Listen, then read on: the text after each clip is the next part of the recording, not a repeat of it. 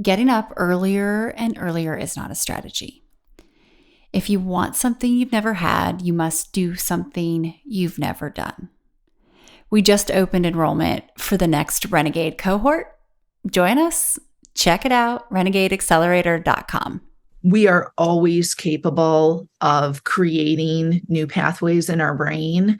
Like that's what neuroplasticity is. It's our brain's ability to rewire and adapt itself based on new learning and new experiences.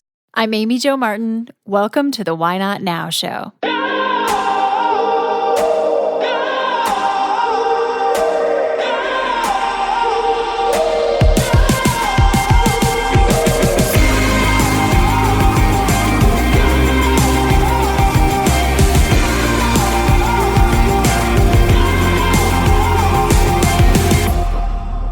You know that thing you've been thinking about doing?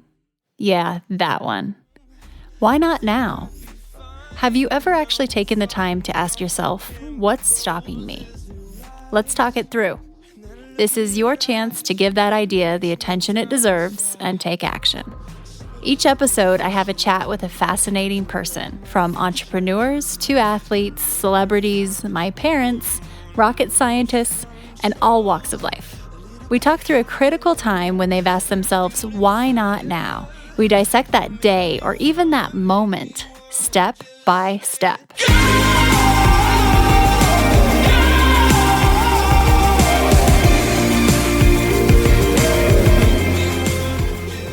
Today's guest is Dr. Melanie McNally. She's a renegade. She is a psychologist, specifically an expert for Gen Z. But she's also a peak performance coach and brain coach.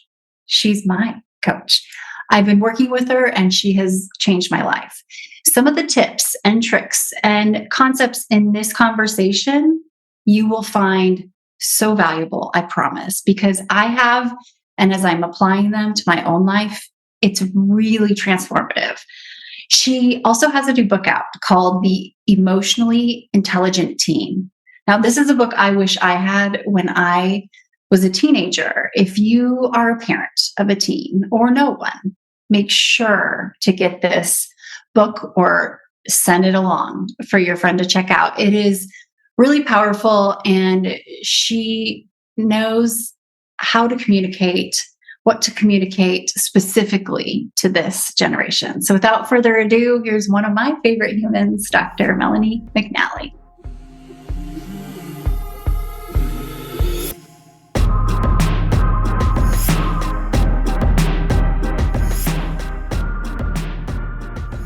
Dr. Melanie McNally, I'm so excited to have you back and welcome to the Why Not Now show. Let's hop right in the spirit of Why Not Now. Can you tell me about a time when you had a big decision to make and you had to ask yourself, why not now? Yes. So my most recent one would actually be from you. When you asked me to do a workshop at the Renegade Summit in Miami. And I am not somebody who enjoys public speaking. And not only do I not enjoy it, I try and avoid it at all costs.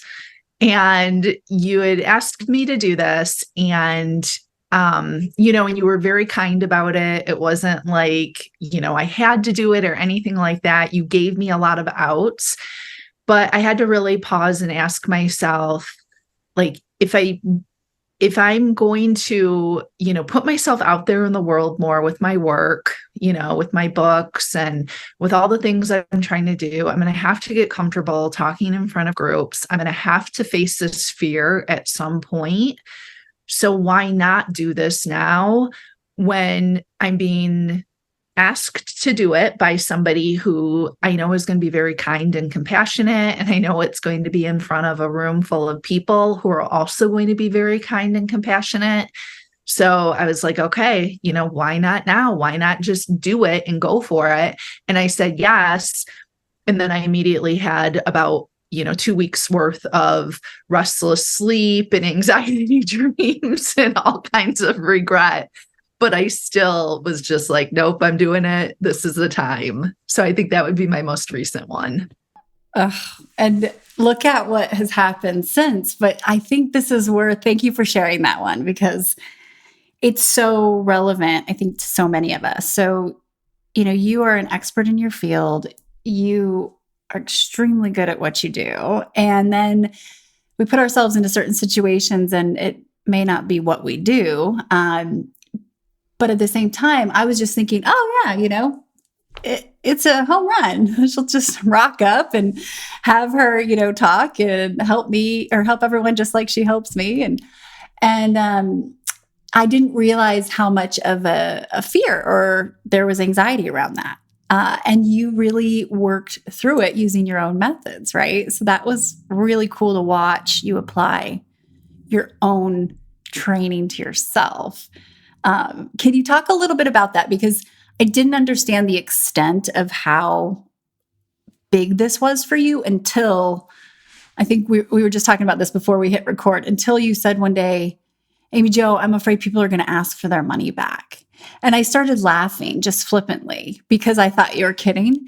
And then I realized, no, you're serious. There's that level of anxiety and fear. And I've felt it too, in many times in different places and situations. So it was very real for you, right? And so can you talk through how you trained and rehearsed, but also then like the day of, all the things? Yes. So this is a very intense fear of mine. Probably I would say top of the list as far as things I don't want to do, things that bring me extreme anxiety and panic, like real true feelings of panic.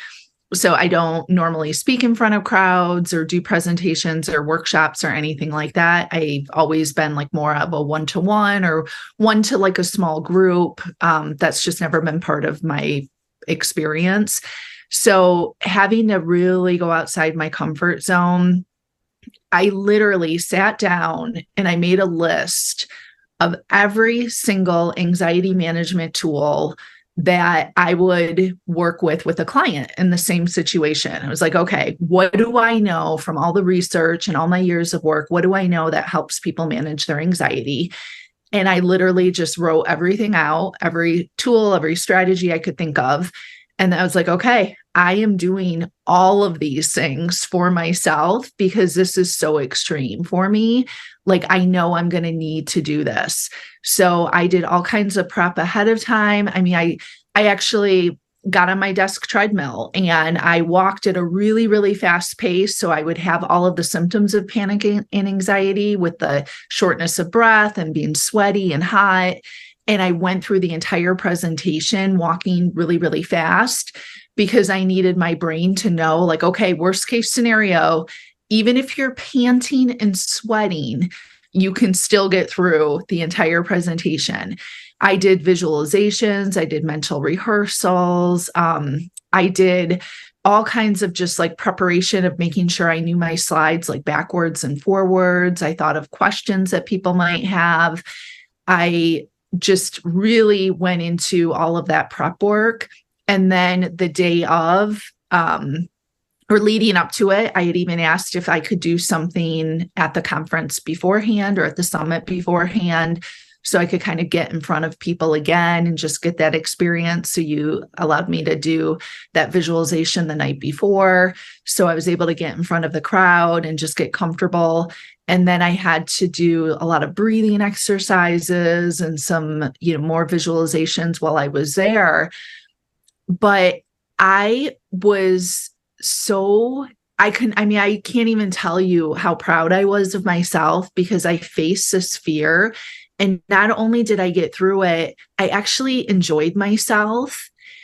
And I was able to even sit through the panel discussion beforehand and listen and like be engaged and be in the present moment, where I had anticipated like leading up to my time on stage, I'm going to be in the bathroom, like getting sick.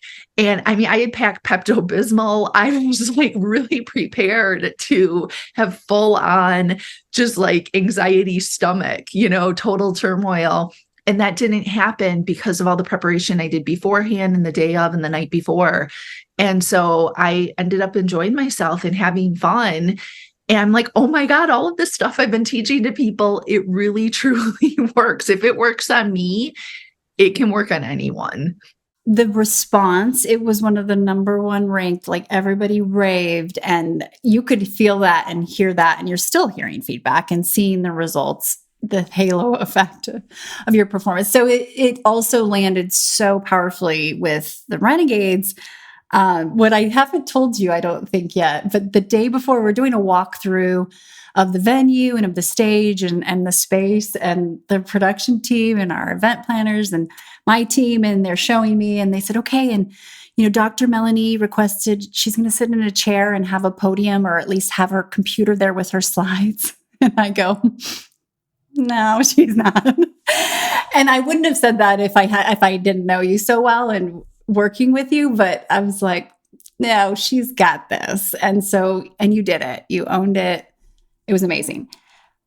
I want to share kind of the reverse of that, because I think it was literally 5 days before or less. I was getting ready to take the stage, and I voice noted you in like this half panic SOS as you're like rehearsing on the treadmill for your keynote, probably. And I was in this total mind trip because I was getting ready to go on in front of like 800, 1,000 people.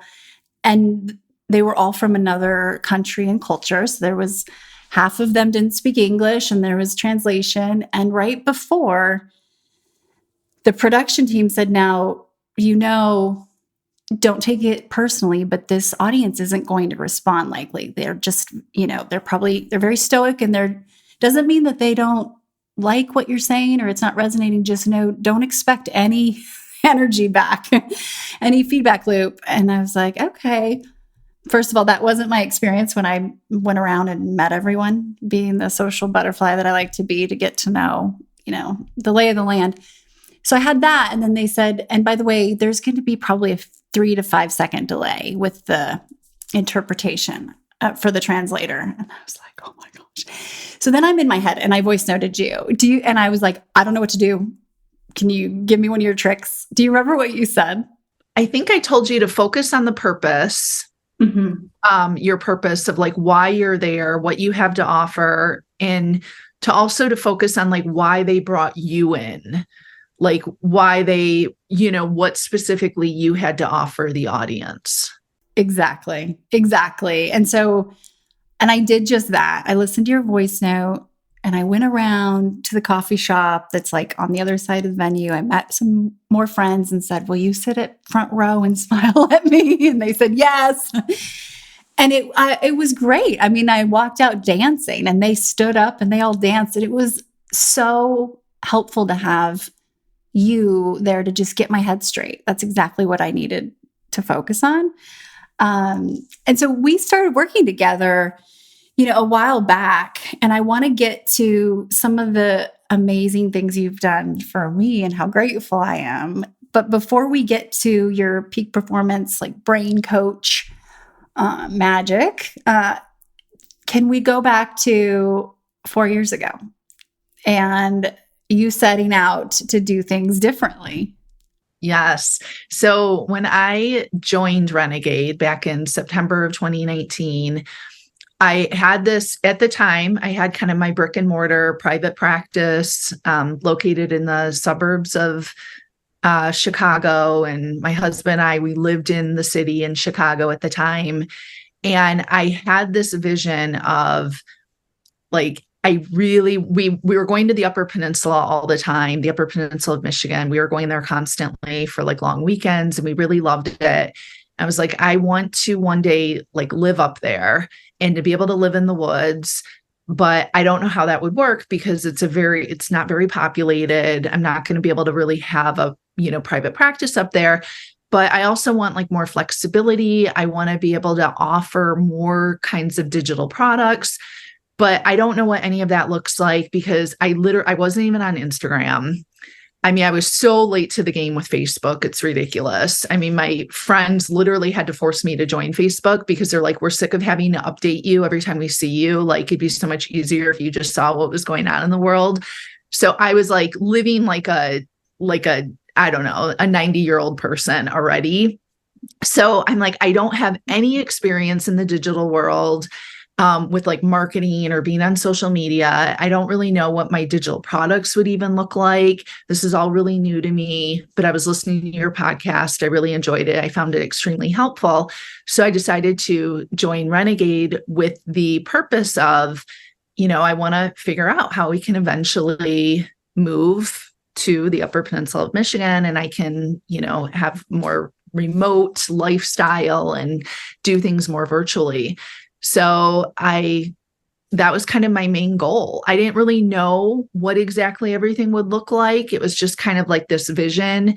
And then, figuring out the details in the program and, where you kind of like walk us through things, and it helped me kind of figure stuff out. And then obviously as I've gone, I've made a lot of like twists and turns along the way. But that was kind of the initial start there. It's been so incredible to watch you own this dream and make it a reality of how you want to live your life. And it's a story, but it's kind of a fairy tale type of story, but a lot of action has been taken. And we were talking about how consistent you've been, and the momentum was big right out of the gate, but then it just seems like it's picked up this velocity and volume where, Fast Company's reaching out, Business Insider, you've got a book coming out in a couple of days and another one next year. And like, you're just kind of, it's so cool. But I love that you really thought through your day. Is if you follow Dr. Melanie on Instagram, which you should, because you never know if you're going to get some awesome like brain hack, like mental peak performance hack, or the new tracks in the snow of some wild animal that she's seen, which it has been a bear. You're living how you want to be living, and you designed your day. Yes. That visualization, that idea of, designing the day is such a powerful exercise of getting in touch of, when you think of how you want your actual day to look, you don't necessarily have to know your overall like purpose or your overall vision. When you can kind of just get into those, because a lot of times we work it backwards. We think of like the big purpose first and that big vision, and then we kind of work it down to the details. But the idea of like first starting with that detailed vision of what you want, just like on a day-to-day basis, is really powerful. Because when I did that exercise, I was visualizing, us waking up in the morning and taking the dogs for a hike through the woods and coming back and having breakfast. And then, I would maybe do some writing and then maybe we'd go kayaking and we'd come back and have lunch. And then maybe I would see a few clients and then we'd make dinner together and, sit outside and have a fire.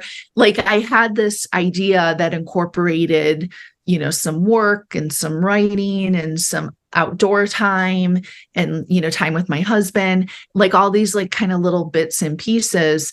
And even though now my day it's kind of shifted in terms of what an ideal day looks like for me, but all of those elements are still part of it. Like I'm doing all of those things essentially almost on a daily basis. It's so cool. And you're seeing is believing. And I think that's where a lot of people come to me when they are ready for a big transition or expansion with usually it's their career. Like I'm ready to go from here to here or to do a 180 or whatever. Which my first question is usually, what do you want your day to look like? Not what do you want to go build or do? Let's start there, because how we spend our days is how we spend our lives. So you went through that exercise with Renegade, and then I'm calling you earlier this year saying, hey, I've lost control of my day. Can you help me? Because this year, I'd say this year and a half has been one of the most purposeful and also challenging seasons of my life, where I'm relearning lessons in a big way that I thought I already fully knew.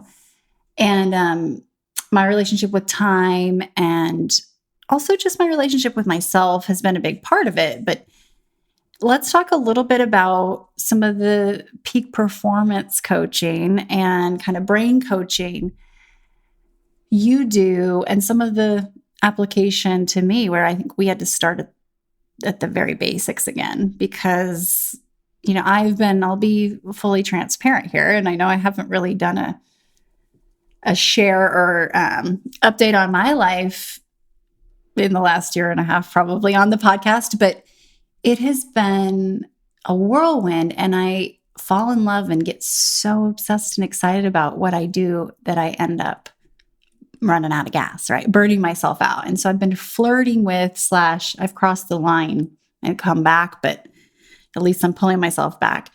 I've been here before, but a lot further. And so you've really helped me rein it in, but also create some new habits that I didn't even have before. So I'm not strong arming this. But one of the things I think is so powerful is that exchange of, I just love our relationship because it feels fluid. Like we're constantly having that learning toggle, like, not equal value exchange. I'd say I'm getting a lot more value lately. But can we talk about kind of where we started? And a lot of it, I think, was around writing. With this next book that'll be coming out next year, is just trying to find more time in a day. And finally, I realized getting up early and earlier is not a strategy. I was getting up at 4:30 to write. And you've now written a couple of books and have a couple more on the way. So where should we start with this? I'm trying to think of our first conversations, but your knowledge about how we're wired in our minds and brains, like our neurochemistry, and that has been a big game changer for me to actually believe in the tactics and the methods. Yes. So first, one thing you and I started with is looking at which areas you were struggling in the most. So I had you do kind of like a diagnosis or diagnostic test to kind of see, is it overwhelm? Is it exhaustion? Is it self-sabotage? Seeing which areas you're, rating the highest in. But I do want to say, first of all, to anyone who's out there listening, that no matter where you are, no matter how much you're struggling or how hard things seem or are for you right now, we are always capable of creating new pathways in our brain. Like that's what neuroplasticity is. It's our brain's ability to rewire and adapt itself based on new learning and new experiences.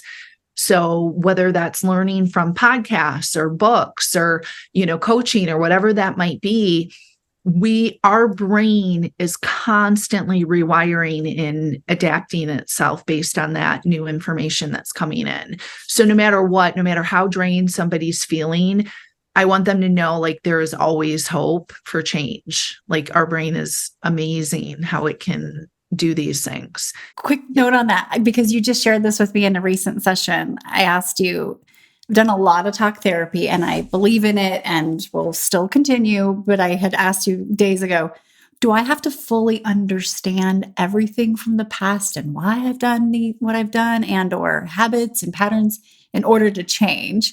My best friend and I were just talking about this weekend, and I told her about this. And what did you say?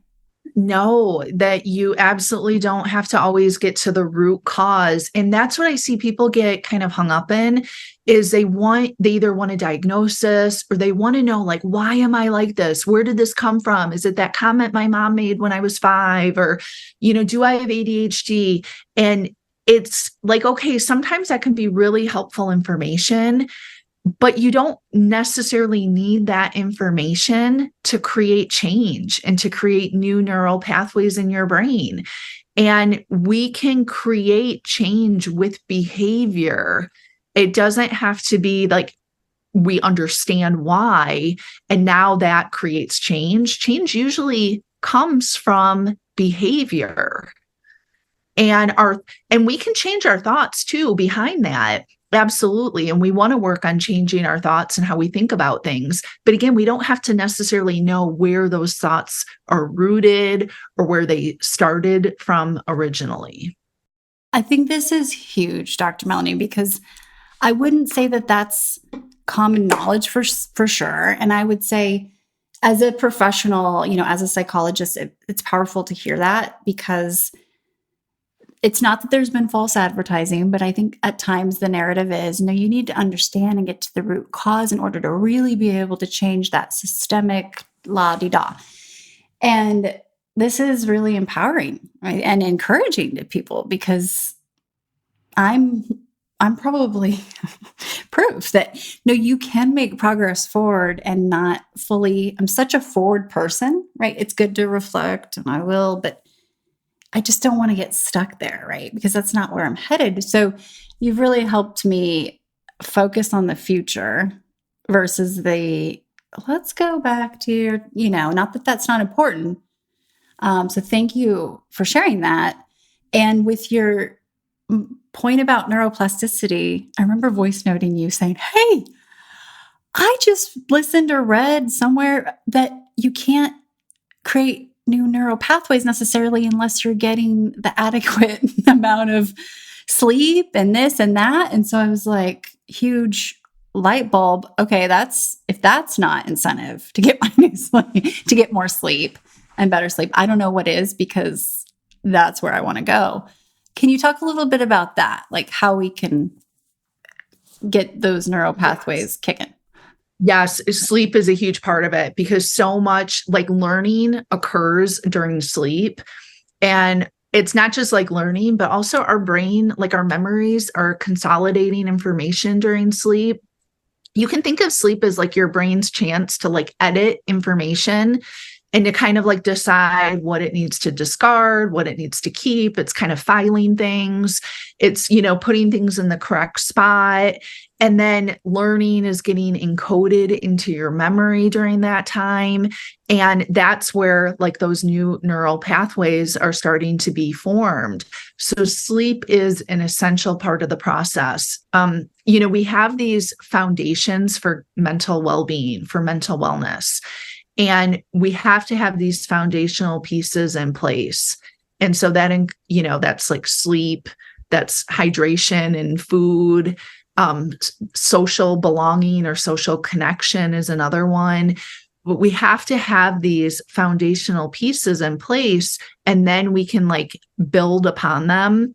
So if somebody is not getting enough sleep, or their sleep is like really inconsistent, or they're struggling with it, that you have to start with those foundational pieces first, or if you're not getting enough water, you're not eating enough, that has to be the focus first before you start doing some of these other things, because otherwise these other things aren't really going to help, because your brain doesn't have the fuel, or it doesn't have the capacity to handle those changes. That was a huge one for me. I want to show you my sleep score from last night. So I almost texted a screenshot to you this morning. I was kind of proud. It's 89% with the Aura ring. So that was huge. Like, okay, it doesn't matter how hard you're trying or how hard you're working and or how much effort or care or heart. If you don't have that, then you're just shooting yourself. Like, it's literally a point of diminishing returns, right? And then I remember we were looking at, I think it was my September schedule, and the light bulb came on for me when you were telling me about recovery. I think I was on the road for 22 days. It was a really unique scenario. I'm usually not traveling that much, but you said you're building in recovery, right? And I'm like, what do you mean by that? Sleep?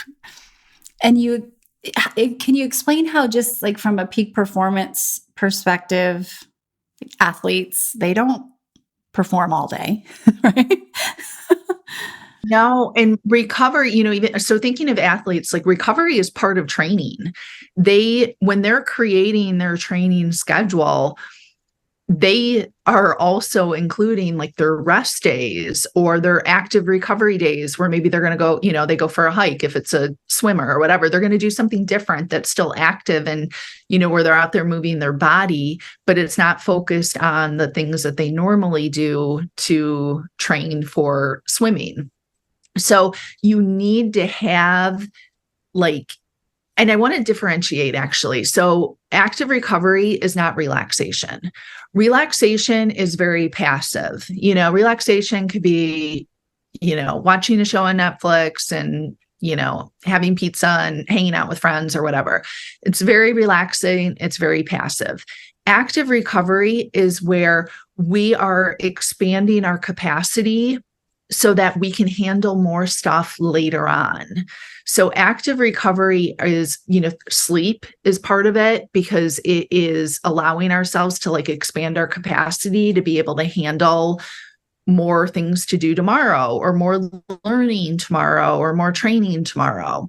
But active recovery also includes things like, massage, breath work, meditation, a sauna, steam room, could even be, cold water immersion or being out in nature.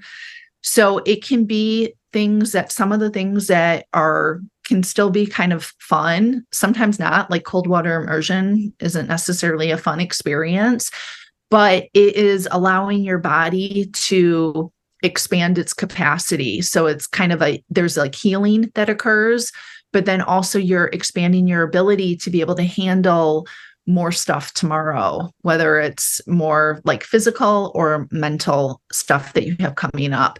So active recovery has to be part of, any schedule for anybody who wants to be successful.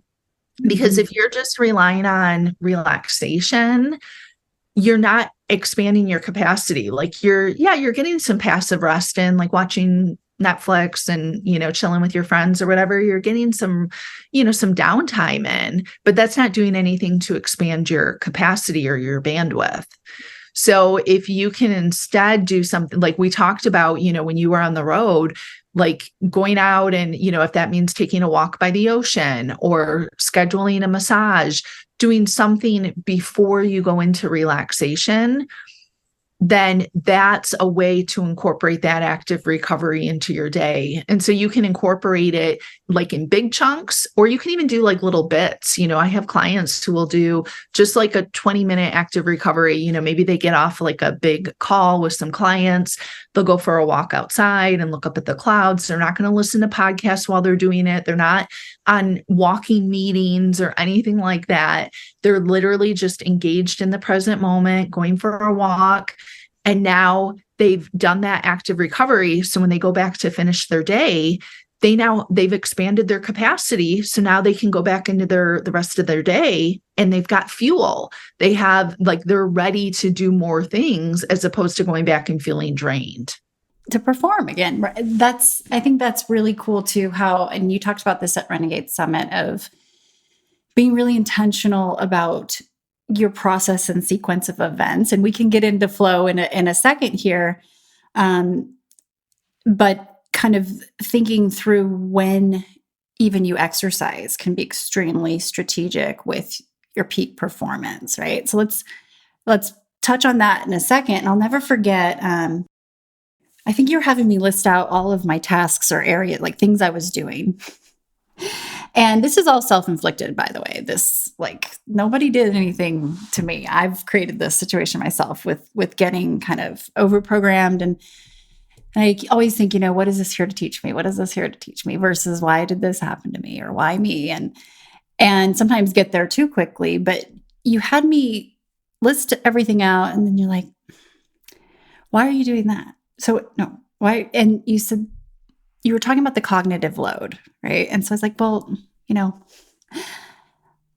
oftentimes I think, well, just because I can, or it's quick for me, or XYZ, but then it takes away from my capacity. So, I always talk about this concept in my mind, it clicks, where our bandwidth is 24 hours in a day. It's finite. We all have them. How we use them, we choose. And then our capacity is our potential. It's infinite. We can keep pushing and flying higher, right? So an airplane is more efficient at altitude because it belongs there. It requires less fuel.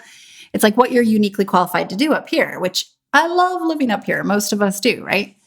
And so, but what I've found is I've tapped myself so much here, my 24 hours in a day, running around, that I've trapped myself here, and then I'm not learning or growing or exercising that unique superpower, right? So when you look at that, we've talked about hiring right now a bandwidth manager, capacity expander, their whole job, and you'll interview that. You'll probably be the final call of who gets the job. They're going to have to train with you.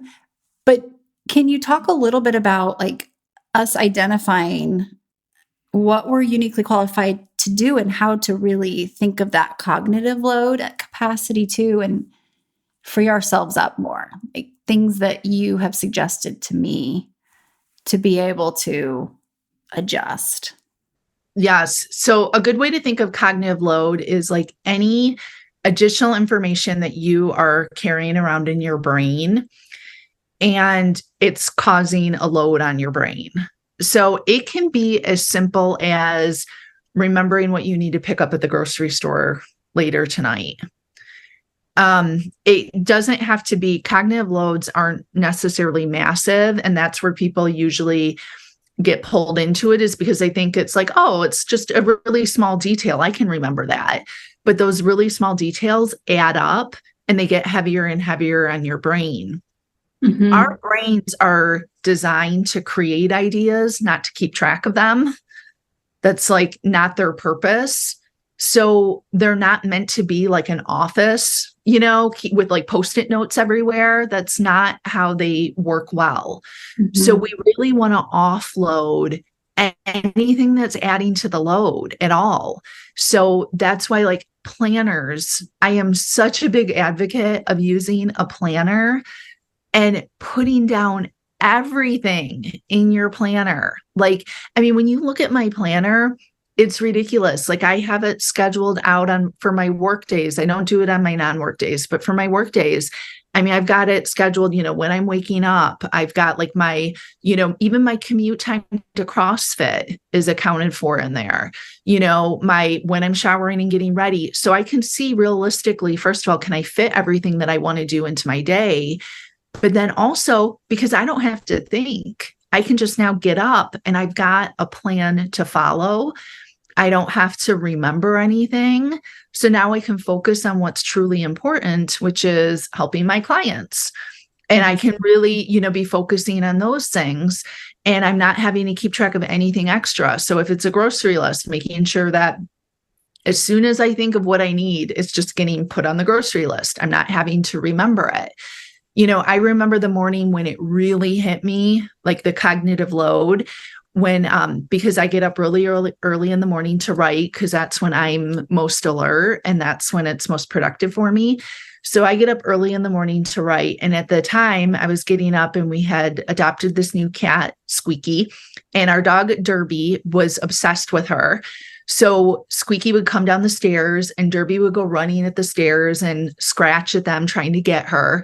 And our stairs are wood. And so Derby would scratch him up. And every morning it was like this, like, oh, I've got to stop Derby. And it was just like this load on my brain of having to manage her while also trying to write. It wasn't even so much a distraction. It was just more of like, oh, I need to tell Derby to stop. And then I would go back to my writing. And then when I was like, well, this is actually a cognitive load issue for me. And I just like took sweatshirts and I tied them over the banister. So that way, when Derby jumps at Squeaky, her nails don't scratch the wood. And it was a really ugly solution, but it eliminated that cognitive load. So then I could just focus on writing in the morning. So it can be something as simple as that. It doesn't have to be this really huge thing. But once we reduce our load, it makes a world of difference, because now we can focus on things that are going to move the needle forward in our day so much more quickly, because we're not getting distracted with all these little details. We're going to take a quick break and we'll be right back. Renegades, we just opened up enrollment for the next Renegade cohort. This is our 11th one.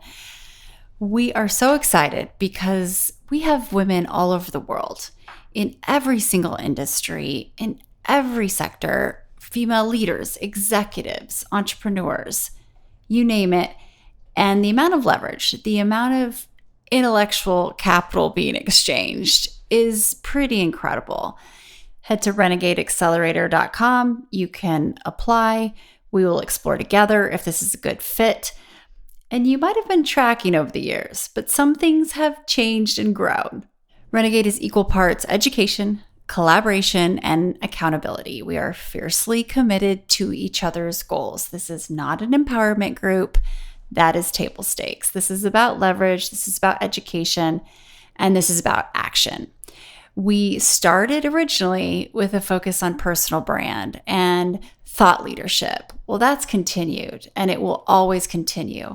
And what's happened is we've been able to get more women spots on stages, public speaking, and getting paid to do so, as well as more women seats on cap tables, investing, and seats on boards, because that's where the power and the influence resides. And we're democratizing not only access to deal flow and the flow of capital, but also providing education in areas of wealth creation, in areas of publishing, and again, public speaking that really change the game so you can live the life that you want and get the most out of your days. Getting up earlier and earlier is not a strategy. We are all about reinventing our relationship with time and money. When we build our presence, our personal brand, both online and offline, we are able to get more out of our 24 hours in a day because our presence is present in places when we are not. So in a way, we're able to scale ourselves, which is pretty incredible because that makes your actual presence even more valuable. So you can land and demand even more money when you show up. And it's not just about money, but there's a lot of influence and power that comes along with that. And there's a lot of optionality to spend your time how you want when you are generating more income. So you're able to make a bigger impact. And that's what we're all about.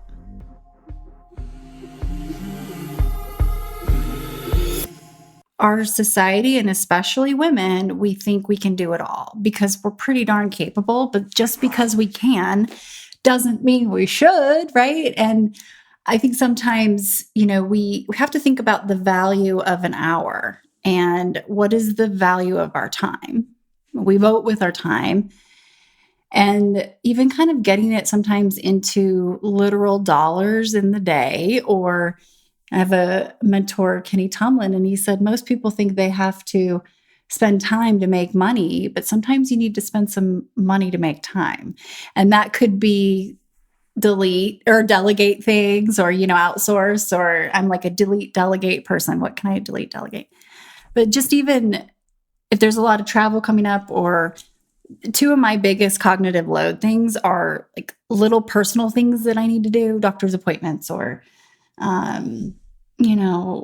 find something to wear for a keynote, or like not my favorite thing at all, or travel, which usually I have someone helping me, but I'm terrible at it. And it actually gives me more stress than a keynote and writing the book, and like the amount of weight on something so simple. I remember when we were in Columbus, and when you and I were talking in Columbus, walking down the street, and you were telling me at that time you were managing your own travel schedule. And I was just like, what are you doing?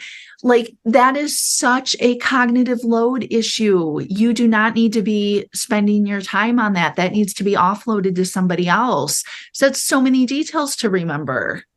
Yeah, you're exactly right. And it makes sense when we think about where could that hour be spent, or even if it's with Lincoln, which that's actually the ideal, right? So I usually equate this to, is this taking time away from Lincoln versus, so that's huge. And can we talk about inbound communication and outbound too? Because that's another huge stress or anxiety. I think I might have screenshotted it and sent it to you, but I had like 250, I had 250 unread text messages in my inbox for text. And that's not like me, A. And B, I created that. Totally my fault.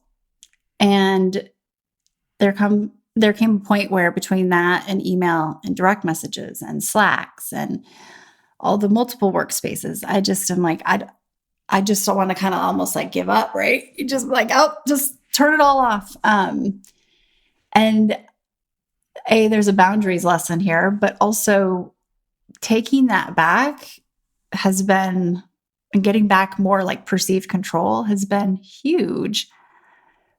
But the notifications and the access that we open up to other people and energy has been a pretty big eye opener of like, how did I create this? Right? Something so good has become bad because I'm now resentful of communication. Yes. It's like we have to learn how to manage those distractions and to set limits and parameters around them. Being able to, even like doing something small, if it's turning off notifications on, everything, whether it's having notifications turned off for text messages or emails or whatever. So first of all, you are deciding when you're going to look at your phone. Your phone isn't making that decision for you. But then also setting parameters around when you're actually going to respond to things. When I'm scheduling out my day, that's one of the things that gets scheduled in there is a tech check. And that's when I go in and I'm looking at my email, I'm checking text messages, if I've missed phone calls, looking at DMs, all of that stuff in that one block of time, because otherwise it's so easy to just get pulled down.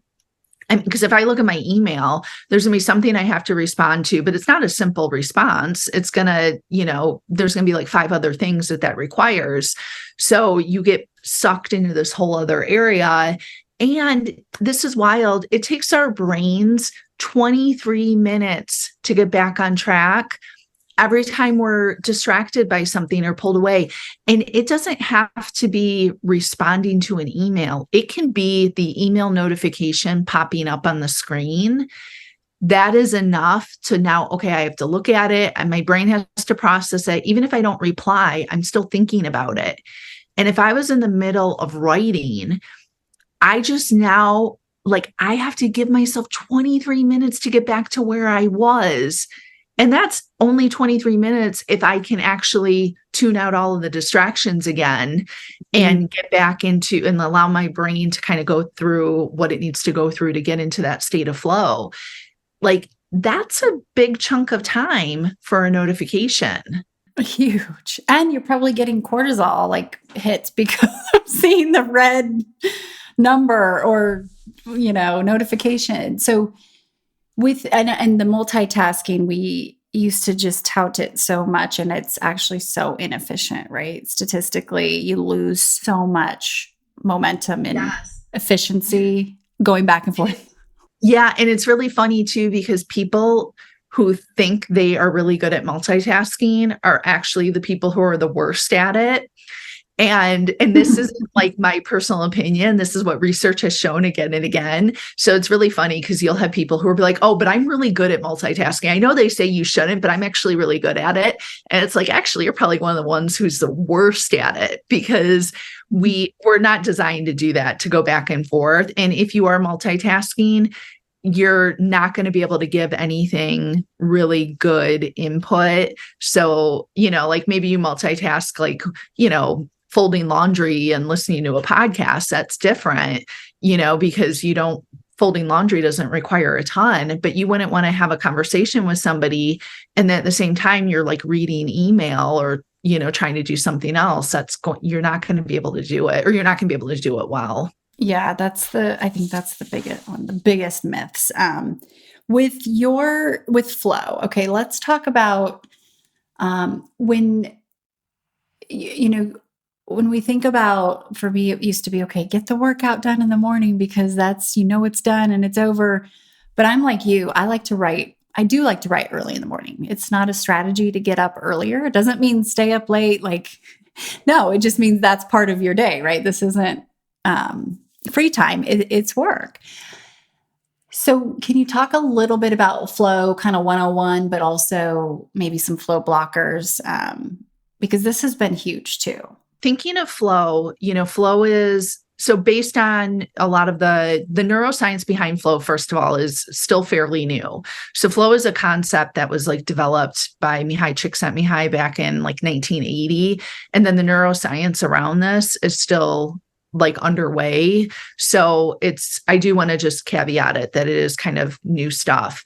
But a lot of what they're figuring out is that there is a cycle of flow that we go through and that our brain goes through. So typically we start in the struggle phase, and this is where our brain is really in that like loading phase when you first start a task, when your brain is having to kind of figure out like what's going on, what it is that you're working on. That's when you're getting like cortisol released, and it's a little stressful, it's uncomfortable. When we're in that struggle phase, this is when it's really easy for us to get distracted. That's why we want to make sure we're minimizing distractions, because it's way too easy to do it. But then our brain goes through release, where we can actually encourage release by doing something like taking a little walk or hopping in the shower. But that can actually now cause us to go right into a state of flow. And flow is that block of time where you lose your sense of self, your sense of time. You are just like in it. You're like in the zone. And it feels really good, and you feel really productive. Things feel really easy. But what happens is we have to figure out where it's easier for us to get through that struggle phase, so we can go through struggle and release and into flow. And it's going to be different for different people. So you and I are very similar, where we both really like to write in the morning. And, and I know I'm a morning person. You probably are too, if that's when you like to write. So that works well for us. For somebody else, the morning might be a nightmare for them to try and get into flow. That doesn't work with their natural biorhythm. So they might be better off doing it later in the evening or late afternoon. So you do have to know when you tend to be most alert. Because then it makes it easier to kind of go through that struggle phase and get into that state of flow. But then when you know that, you can get yourself into flow, and you can really get the most productive work out of it. And, and you find that it's like really meaningful, easy work. And then once you come out of it, that's when you have to allow yourself to recover from it. You are one of those people who wants to go right back into the struggle phase, and you want to force yourself back into flow again. But what happens if you try and do that? You don't have the neurochemistry to support it. You haven't allowed yourself to like replenish. So you want to make sure that you've built in that recovery phase, where once you've kind of come out of flow, where you're going to take time to, it could be eating a nice lunch while not doing anything else. You're not on your phone, you're not having conversations, you're making lunch, or maybe you're listening to music. It's just kind of relaxing and enjoyable. Or maybe you go for a walk, or you play with Lincoln. You're doing something that's just, you're in the present moment, you're engaged, but you're not necessarily like thinking about work or, focused on work. And then that allows those neurochemicals to get replenished. This is a big one for me, because I think of it like riding a wave, and you know how you can't keep riding the wave. Like the wave is going to end, but knowing when it's time to get off, like you're not riding the wave, you're not surfing anymore. And then question for you. So in my mind, and I know perceived control is a big thing for me, because if I get stressed, I'll just start picking things up. It's like, what can I control? It's like, whether it's around the house or trying to get through emails or anything, but it's kind of like tabs in my mind. If there's a bunch of noise going on back here, I want to close it before I sit down to do something like rehearse a keynote or write. And sometimes there's just like, you're not going to get through that inbox, but you do need to sit your butt down and write. So other than obviously closing it out, do you have any tricks for that, of how to like put the noise over here, even if it's semi-important noise or it's just kind of nagging noise, and focus over here when it's like this ticker is still going, or like this tab is still open, taking up space and energy? Any tips for that? Well, first of all, I would say, is there anything that you could offload? so that it's not taking that mental energy. So even if that means putting it on your to-do list or scheduling it into your day on like a later day in the week. So now your brain knows, okay, it's taken care of. It's scheduled for Friday at 1. We're good. So if you can offload anything to do that first before you even, try and get going, but then also to make sure that you are, well rested, that you're well fed, that you're hydrated, so that you have some of those core, you've got that fuel in place and you're also starting from like a good place. Because if you try and start from, if you try and write when you're exhausted or you got a really crappy night's sleep, it is going to be so much more challenging for you. But if you come at it where you are well rested or you're well fed, you're ready to go, it's much easier. So making sure that you have some of those foundational pieces in place too. That's good. I love that. I think that's just one of my key constant learnings. My inbox got so overwhelming months ago that I created a folder called DWTLNT. And it was like, deal with this later, not today. And I was like, select, drag, drop. I've never opened that folder. I mean, and what does that tell me, right? It tells me, I don't have to respond to everyone, right? But B, I'm probably allowing more noise in than I realized should be. So finding barriers one way or another is like, what's going to get your attention? We vote with our time. So where are we going to vote? So that was a biggie. And I think I had my out of office email autoresponder on for like a year one time. And it was just a redirect. If you need this, go here. If you need this person, this. But that it might be time to do that again. I did that for my mobile inbox, right? I didn't know you could do that until recently, where it's an auto responder and I started breathing easier. Like, I don't know. Nothing changed other than a couple buttons, but crazy. Okay. So I'd really like to talk about parenting with you, and let's talk parenting. I mean, you are an expert specifically with Gen Z, and you have your book, An Emotionally Intelligent Teen. You've been working with this generation for a long time. And also, so Nisha Anand, who's a renegade, introduced you to someone, right, that helped get you on the panel for the White House with mental health for youth, or what was that? Yes. So yes, Nisha is amazing. She put me in contact. They were looking for individuals to speak. It was when Biden was first coming into the White House, and they were doing kind of like a listening tour, and they wanted certain topics to be covered. And youth mental health was one of those things. So she put me in contact with the White House officials who were organizing it. And so I was able to participate in that as a panelist and just to present some information on, youth mental health, because we are in a crisis when it comes to youth mental health. It's really, really bad. I mean, when you look at the numbers as far as like depression and anxiety, hospitalization, suicidality, like all of those things are much higher than they've been in the past. But when you start thinking about this specific generation, I know you cover so many tips and pointers in your new book, An Emotionally Intelligent Teen. But what is different? Like, what are some of the things that you've noticed that may not resonate or be obvious to adults or parents? So with current teens, the biggest issue that I see is that they've got great self-awareness. Teens today are extremely self-aware. They know what symptoms are. They know what their triggers are. They know all about, depression and anxiety, but they lack severely in the self-regulation department. So they don't know how to self-regulate themselves in a healthy and productive way.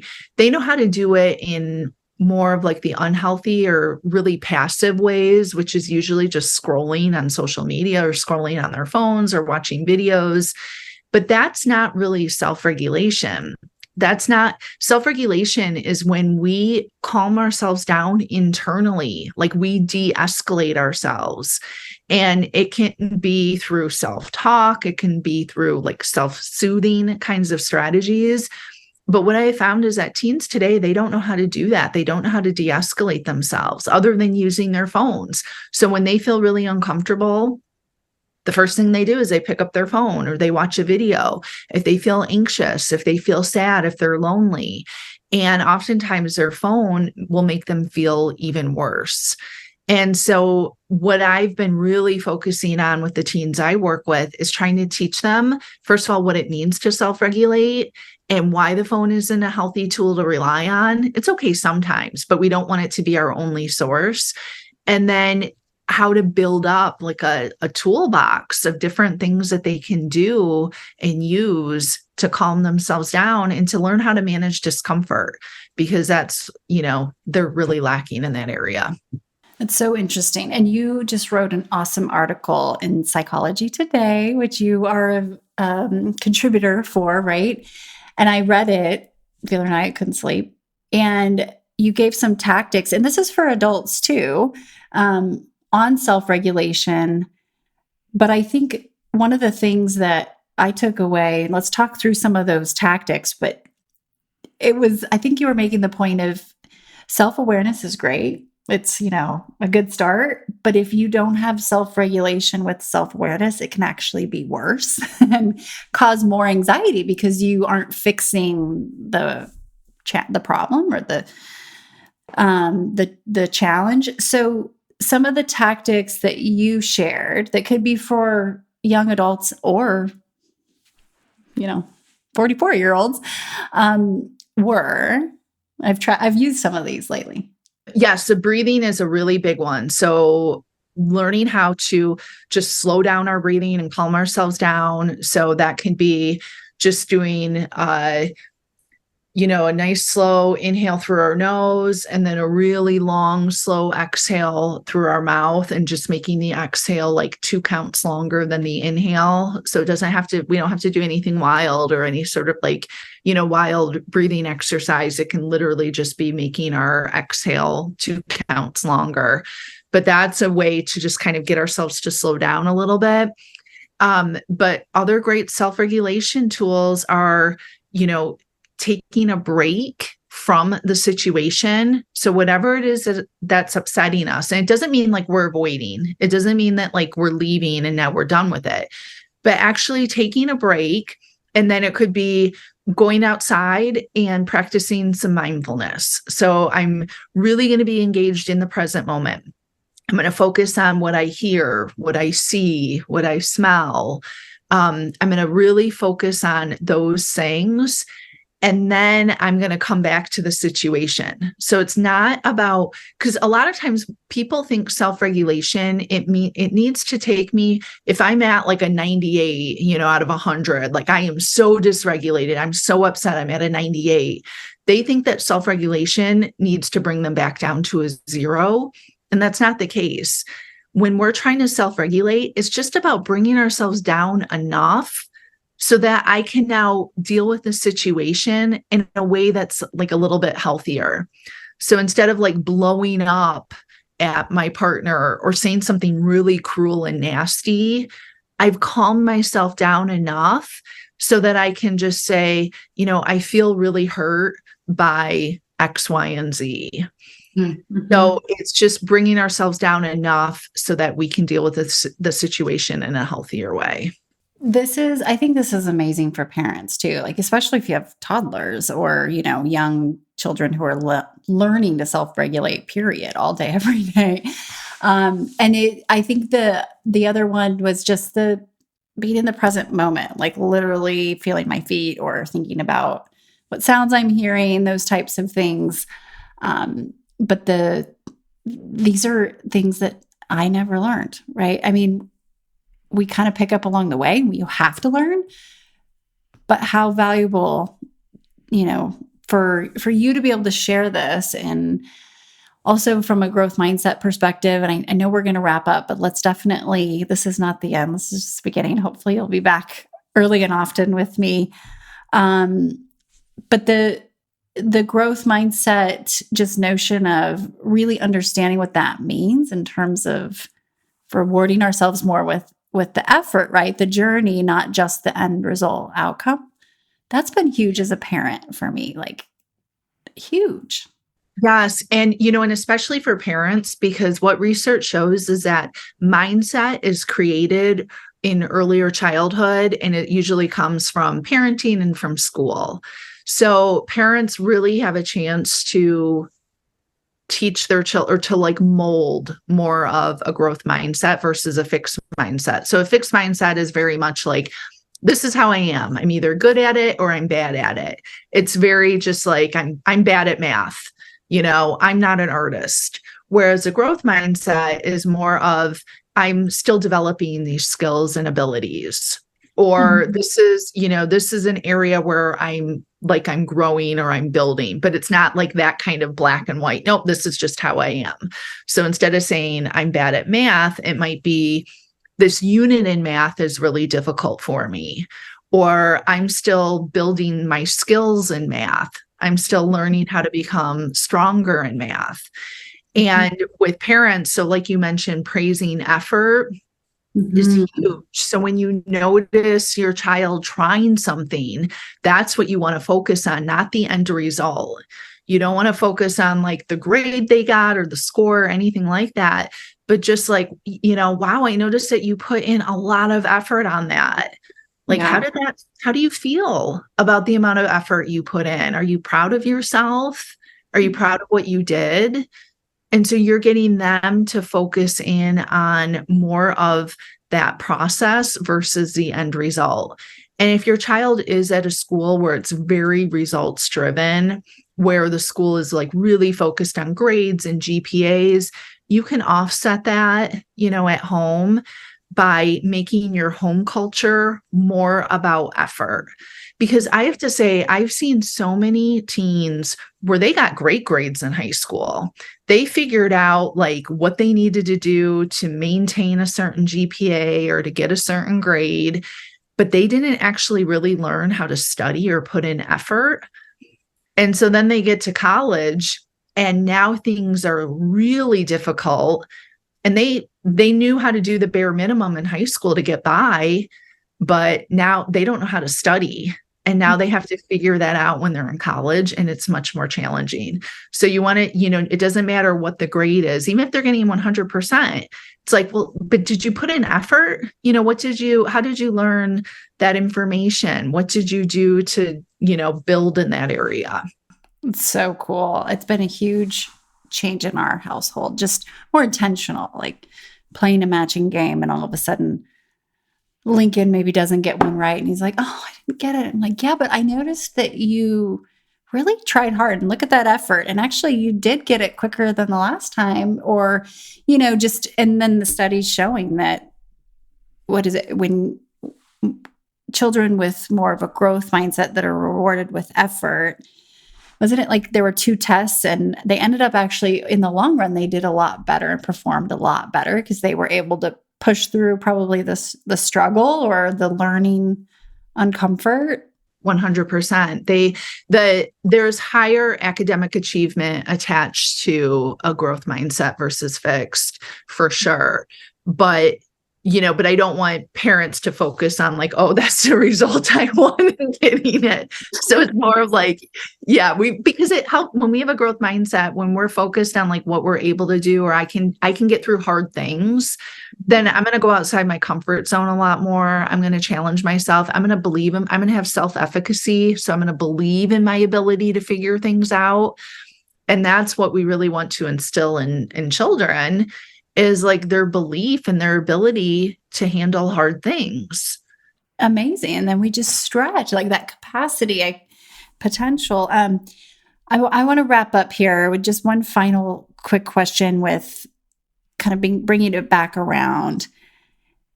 And thank you, by the way, for all the help that you've not only given me, and it's really life-changing, truly, but also all the renegades and the world. You're so genuine in your care and very, very valuable to us. So, question for you. If you were to go back to yourself right before you joined Renegade and, have a conversation and say something to yourself as you're dreaming and thinking, maybe someday, many years down the road, I'll be able to get to the cabin and live in the cabin in the woods, which happened in I think a year or something. Knowing what you know now, what would you have said to yourself in that moment? I think I probably would have told myself, it's probably something that you've said to me.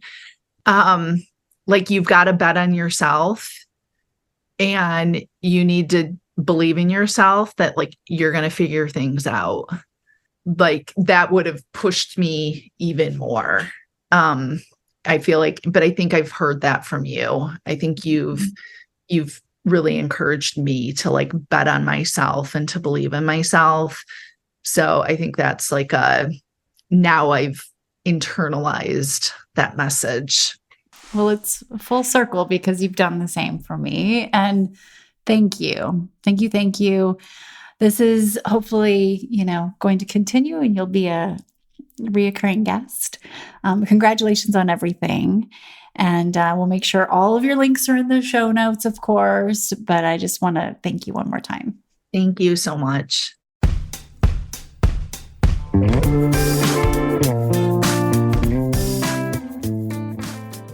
Hey everyone, thanks for listening to the show. Hit me up on social media to let me know what you think. I'm at Amy Jo Martin on Twitter, Facebook, Instagram, and LinkedIn. And I want to hear your why not now moments so I can share them on the show. Just send me a note to whynotnow@amyjomartin.com. For show notes and other offers, you can visit amyjomartin.com/whynotnow. And while you're there, don't forget to sign up for my email newsletter for exclusive content and announcements. A big thanks to Rock Salt Music for all of the tunes by the talented John Coggins. And of course, a hat tip to Richard Brewer for editing and producing the show.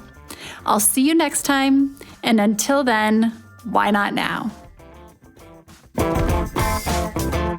Hi, everyone. If you are digging this podcast, please do us a favor and subscribe, rate, and review on iTunes. It just takes a moment and it means a ton to us.